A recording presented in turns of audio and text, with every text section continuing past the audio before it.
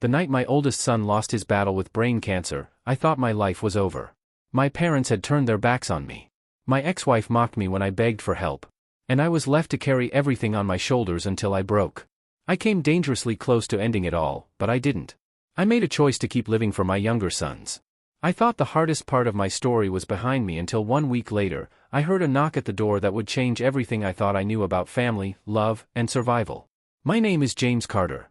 I am a father of 3 boys, or at least I was until cancer took one of them from me. My oldest, Michael, was only 14. He loved the stars, the way they seemed endless and full of promise. My 5-year-old twins, Lucas and Owen, are bundles of energy and innocence, too young to understand the weight of the grief that consumed me. My parents, Robert and Susan, are still alive, but in many ways, I lost them long before I lost my son. They see me as a failure, a man who never lived up to their expectations. And then there is Emily, my ex-wife, who walked away from our marriage and from her children, chasing a life she thought was better without us. This is not a story about being strong. This is a story about being broken, about begging for help and being denied, about losing the most precious thing in the world and somehow finding a reason to keep going. It is about the day I nearly gave up and the day a stranger knocked on my door and turned my pain into something I never expected: hope. My name is James Carter, and if you had met me a few years ago, you would have seen a man who believed he had it all figured out. I was 38, a high school history teacher in a small town where everyone knew everyone else. I had 3 boys who made me proud every single day, even though raising them on my own wasn't easy. I lived paycheck to paycheck, stretching every dollar, but I never let my kids feel like they were missing out. My life was simple, maybe even ordinary, but for me, it was everything. I lived with my children in a small 2-bedroom apartment on the 2nd floor of an aging brick building. The place was cramped and drafty in the winter, and the plumbing rattled like it was begging for mercy, but to my boys, it was home. We filled it with laughter, school projects spread across the kitchen table, and stacks of library books that never seemed to stop multiplying. My oldest, Michael, was 14. He was tall for his age, with a mop of brown hair that always stuck out in every direction, no matter how hard he tried to comb it down. He had a gentle soul, the kind of boy who noticed when you were tired and quietly offered to help without being asked. His love was astronomy. We would sit together on the tiny balcony outside our living room, bundled in jackets, staring at the night sky through a second-hand telescope I had bought years ago. He would point out constellations, his eyes full of wonder. "Dad," he once said, "do you think there are other kids out there looking up at us right now?" I told him I believed there were, and he smiled like the universe made sense to him in that moment. Then there were the twins, Lucas and Owen. They were 5 bundles of unstoppable energy. Lucas was bold and mischievous, always testing limits, while Owen was more cautious but endlessly curious. They were inseparable, finishing each other's sentences, inventing games only they understood, and running circles around me until I collapsed on the couch, laughing and pretending to be defeated. Raising twins was chaos, but it was also joy in its purest form. Being a single father wasn't the plan I had for my life, but it was the life I was given after my marriage to Emily collapsed. We met in college, fell hard, and married young. For a while, it worked. But as the years went on, Emily began to resent the life we built. She wanted more money, more status, more excitement. I was just a schoolteacher, a steady man with steady dreams. She wanted the opposite. When she left, she made it clear she wasn't leaving only me but the life we had built together, including the responsibilities of raising our children. Emily remarried not long after the divorce. She lived across town in a large house with her new husband, someone who could give her the material comforts I never could. She called the boys occasionally on birthdays and holidays, but her presence was distant, like a guest star who occasionally appeared in our lives and then vanished. The boys learned not to expect much from her. I tried not to let my bitterness show, but deep down, it stung every time I saw the hurt in Michael's eyes when she missed a call or forgot a promise. My parents, Robert and Susan, lived 15 minutes away, but they might as well have lived on another planet. My father was a stern man who believed success was measured in money and titles. To him, teaching was a failure, not a calling. He saw me as weak, a disappointment, someone who had never lived up to his expectations. My mother followed his lead, rarely challenging him, her silence cutting as deeply as his harsh words. When Emily left, I thought my parents would step in to help, but they only grew more distant. "You chose this life, James," my father said once when I asked for help with the twins. "You need to handle it." I learned quickly not to rely on them. Still, even with all of that, my life felt full because of my children. Every morning, I woke up to their laughter, their arguments over cereal, their backpacks scattered by the door.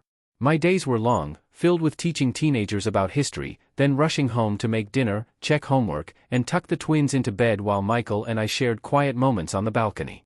I was tired, always tired, but it was the kind of exhaustion that came with purpose. When Michael first began complaining about headaches, I thought it was stress from school or too much time staring at his phone. When his vision blurred and he grew dizzy, I told myself it was just exhaustion. But then the headaches became unbearable, and one night, he collapsed in the kitchen while reaching for a glass of water. I rushed him to the hospital, my heart pounding with fear I couldn't put into words. That night was the beginning of everything unraveling.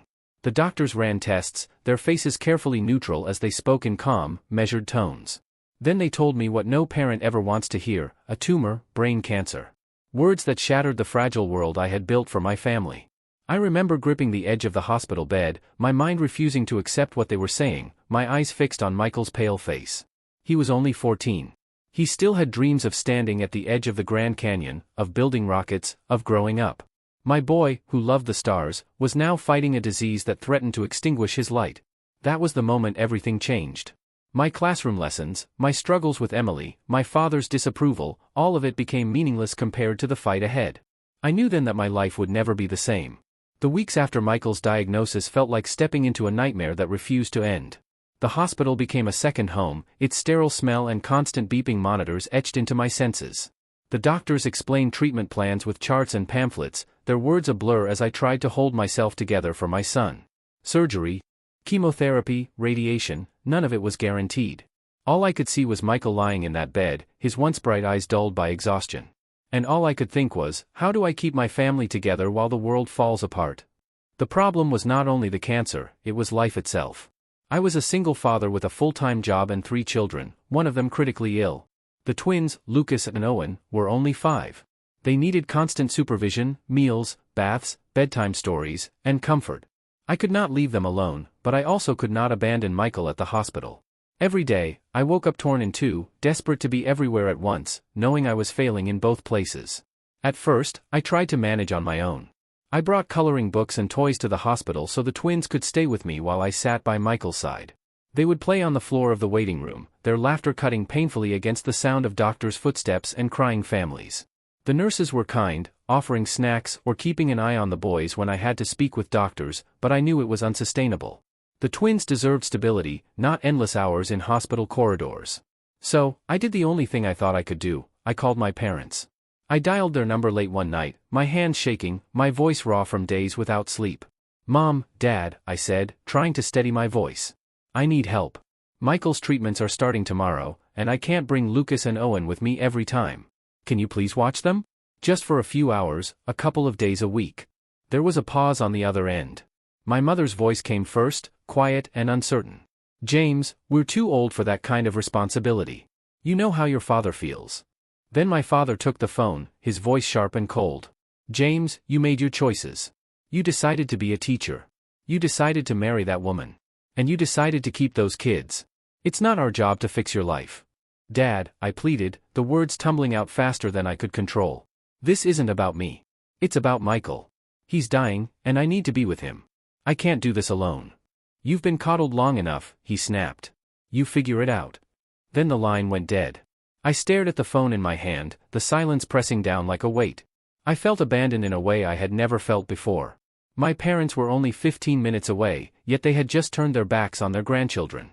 I sat in the dark of my apartment that night, the twins asleep in their room, Michael resting in the hospital.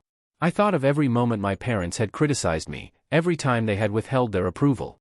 And now, when I needed them most, they had confirmed what I had always feared: to them, I was nothing but a disappointment. Still, I couldn't give up. I had one more option: Emily. Calling her was a last resort, but I had no choice. I dialed her number, my stomach in knots. When she answered, her voice was clipped and impatient. "What do you want, James?" I took a deep breath. "Emily, it's Michael. He's getting worse. I need to be at the hospital with him, and I can't keep bringing the twins there. They need someone to watch them. Please, I'm begging you." There was a pause, then a laugh that cut through me like a knife. "Are you serious? You're asking me to play babysitter because you can't manage your own life?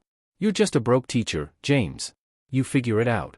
"Emily," I said, my voice breaking. "He's your son, too. He doesn't have much time. Please do this for him if not for me." Her tone hardened. I moved on from that life, James.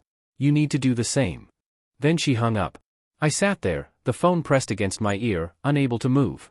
My chest felt like it was caving in, my heart pounding with anger and grief. I had begged her for help, not for myself, but for our children, and she had laughed in my face. From that moment on, I understood that I was truly alone. I had no parents willing to step in, no ex-wife who cared, no safety net. It was me against the storm. So, I kept dragging the twins to the hospital, their backpacks stuffed with snacks and toys, while I tried to split myself between being a father to them and a caretaker to Michael. Some nights, I held Michael's hand as he drifted into restless sleep, while Lucas and Owen curled up in chairs beside me, their little bodies too tired to stay awake any longer. I would sit there, my heart torn in 3 directions, praying for strength I did not have. Every morning, I woke up more exhausted, more desperate. And every night, as I watched my son's body weaken, I wondered how much longer I could keep this up before I collapsed completely. The night Michael died, the world seemed to stop. Outside the hospital, rain pounded against the windows, and thunder rolled across the sky like the earth itself was mourning. Inside, I sat at his bedside, gripping his hand, watching the rise and fall of his chest grow weaker with each breath. His once bright eyes, the ones that had looked at the stars with wonder, fluttered open one last time. He gave me the faintest smile, barely a whisper of his old self, and said, "Dad, don't be sad. Promise me you'll take care of Lucas and Owen." I swallowed the lump in my throat, fighting to give him the strength he deserved. "I promise, son," I said, my voice trembling. He nodded, closed his eyes, and within minutes, he was gone. The room filled with silence, not the quiet of peace, but the crushing emptiness of absence. My boy, my firstborn, was gone, and no words could change that. I lowered my head onto his chest, sobbing into the stillness, my tears soaking his hospital gown. After the funeral, I moved through the days like a ghost. The twins were too young to grasp the full weight of what had happened. They asked where their brother was, and when I told them he had gone to heaven, they cried for a few minutes and then clung to me, seeking comfort in ways they couldn't express. I gave them what I could, but inside, I was hollow. At night, when the boys were asleep, I sat in the living room, staring at the ceiling. The silence of the apartment pressed in around me. Michael's telescope still stood by the balcony door, its lens pointed toward the sky he would never see again. I thought about joining him, ending the unbearable pain that gnawed at me every second of the day. One night, I sat at the kitchen table with a bottle of pills in front of me. My hands shook as I unscrewed the cap, my mind racing with memories of Michael's laugh, his questions about the stars, the way he used to hug me without warning. I told myself I had failed him, failed to save him, failed to protect him. The world was cruel, and I was too weak to fight anymore. As I sat there, Lucas wandered into the kitchen, rubbing his eyes, clutching his stuffed dinosaur. "Daddy, are you okay?" he asked softly. His voice was small, innocent, but it pierced straight through me. I quickly slid the bottle out of sight and forced a smile I did not feel. "I'm okay, buddy. Why are you awake?" "I had a bad dream," he whispered, climbing onto my lap. "I dreamed you left me and Owen." Those words broke me. I wrapped my arms around him, holding him close, feeling the warmth of his small body against mine. A moment later, Owen padded into the room, dragging his blanket, and climbed onto my other knee. The 3 of us sat there in the dim light of the kitchen, their tiny arms wrapped around me, their trust absolute. "Daddy," Owen said, his voice muffled against my chest. "Please don't go away, too." The dam inside me burst. I held them tighter, tears streaming down my face, and in that moment, I made a decision. I could not leave them. I could not let them grow up without a father. Michael was gone, but Lucas and Owen were still here, still alive, still needing me. No matter how broken I felt, I had to fight for them. That night became the turning point. I took the pills and flushed them down the toilet, watching as they disappeared, a physical symbol of the choice I was making. I was choosing to live, not for myself, but for my remaining sons. The days that followed were not easy. Grief still weighed on me, heavy and unrelenting, but I began to shift my focus. I started small. I cooked the boys' breakfast, even if it was just scrambled eggs and toast. I walked them to the park, letting them run and play, their laughter cutting through my sorrow like sunlight through storm clouds. At night, I tucked them into bed and told them stories about Michael, about the brother who loved the stars, making sure his memory would never fade. I also returned to teaching, though every step into the classroom felt like walking through mud.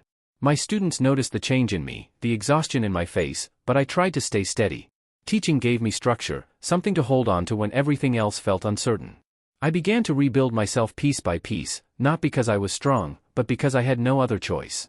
Lucas and Owen needed me. They needed stability, love, and guidance. They needed a father who would stand in the storm and refuse to be blown away. And as I clung to that purpose, a strange thing happened. A small ember of hope began to flicker inside me.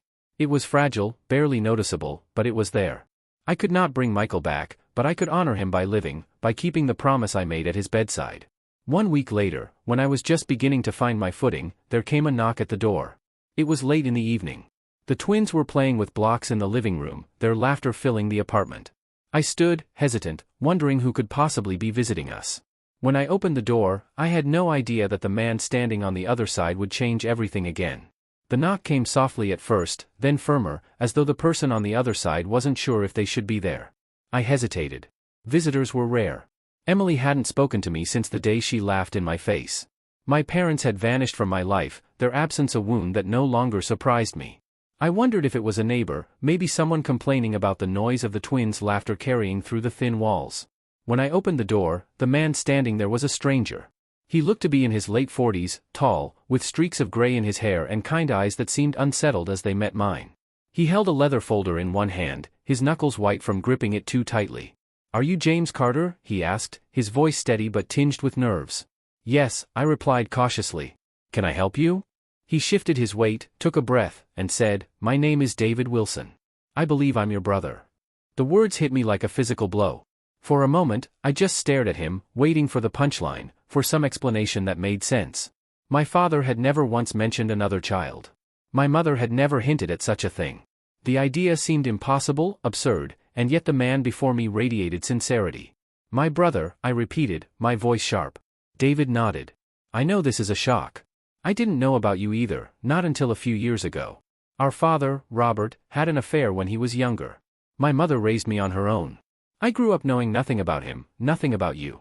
But when I started digging into my family history, I found his name and eventually yours." I felt anger rising in my chest, not at David, but at the man who had raised me. Robert, who spent my entire life judging me, belittling me, withholding his love. Robert, who let me beg for help and slammed the door in my face while my son lay dying. He had kept a secret this big, a son he never acknowledged, while treating me like I was nothing. I tightened my grip on the doorframe, my voice shaking. "Why are you here now?" David lowered his eyes briefly, then looked back at me. "I heard about Michael. I know I'm too late to meet him, and I'm sorry. I know you don't owe me anything, but I didn't want to stay silent. I wanted to meet you, and I want you to know that you don't have to carry this alone anymore. I have the means to help. And more than that, I want to be here for you and the boys." Behind me, Lucas and Owen peeked out from the living room, their small faces full of curiosity. "Daddy, who is it?" Owen asked. I turned back to David, conflicted. My heart screamed to slam the door, to reject the intrusion of yet another complicated truth. But something in his eyes stopped me. They were not the eyes of a man looking for redemption from his own mistakes. They were the eyes of someone offering a lifeline. "Come inside," I said finally, my voice low. David stepped into the apartment, his gaze moving to the boys. He knelt down to their level, a gentle smile spreading across his face. "Hi there, I'm David," he said. Lucas tilted his head, suspicious but intrigued. "Are you Daddy's friend?" David hesitated, then glanced at me. I gave a small nod. "Something like that," he said softly. The boys, satisfied with the answer, darted back to their blocks, their laughter filling the room again. David watched them for a long moment, his expression unreadable, then turned back to me. "I know I can't replace what you've lost," he said. "But I've spent my whole life wondering where I came from, if I had family somewhere out there. And now, standing here, I think maybe we were both missing something. You needed someone, and I needed a place to belong. I can't undo the past, but I can be here now." I wanted to be angry, to push him away, to reject the reminder of everything my father had kept from me. But instead, I felt something else, relief. For the first time in months, maybe even years, I felt like I wasn't completely alone. This man, this unexpected brother, had chosen to come to me when everyone else had turned away.